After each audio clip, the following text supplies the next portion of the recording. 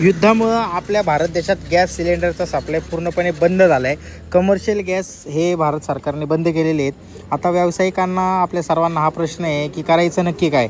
आता ज्यांच्याकडे stock available आहेत त्यांनी ते स्टॉक ब्लॅकनी म्हणा, रेट वाढून म्हणा, 1-2 दिवस असे दिले. पण आता इथून पुढं गॅस आणायची कुठून. आणि महत्त्वाची गोष्ट ही आहे की युद्ध कधी थांबल कधी नाही हे आपण काही सांगू शकत नाही.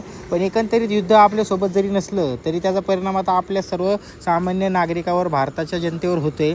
आता ह्याच्यावर करायचं काय, आता हा प्रश्न पडलेला आहे. कारण की एवढं डोक्याला टेन्शन आहे ना हे ऐकल्यावर. गॅस आणायचं कुठून, गॅस तर भेटत नाही आहे, युद्ध कधी थांबल हे सांगू शकत नाही आहे.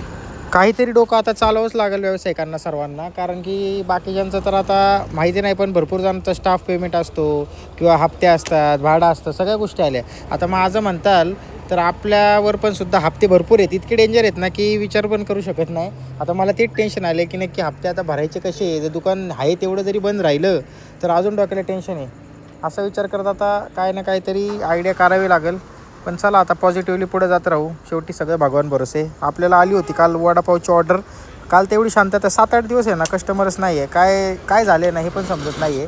आणि कुठंच कस्टमर नाही आहे. पण आपल्याला आली अचानक ऑर्डर, त्याच्यामुळे थोडासा राहत मिळाली मनाला. आणि आता नक्की गॅसचा पर्याय काय करायचा आहे हे आपल्याला शोधावं लागेल व्यावसायिकांना. तर हारू नका, खचू नका, प्रयत्न करत राहा, एवढंच मला सांगायचं आहे. कारण की आपल्या हातात तर आता काय नाही आहे, फक्त आपण प्रयत्न करू शकतो की कशा पद्धतीने आपला व्यवसाय हा सुरू ठेवायचा आहे. तर फक्त खचू नका एवढंच मला सांगायचं आहे. आणि ज्यांच्यावर हप्त्याचा लोड आहे किंवा पेमेंट आहे थोडंफार काहीतरी, आता लोन करून वगैरे परत तेच पहिले 5.5 झाले म्हणजे लोन मिटवा आणि लोन करा. काय बोलून फायदा नाही. चला भेटूया आता उद्या.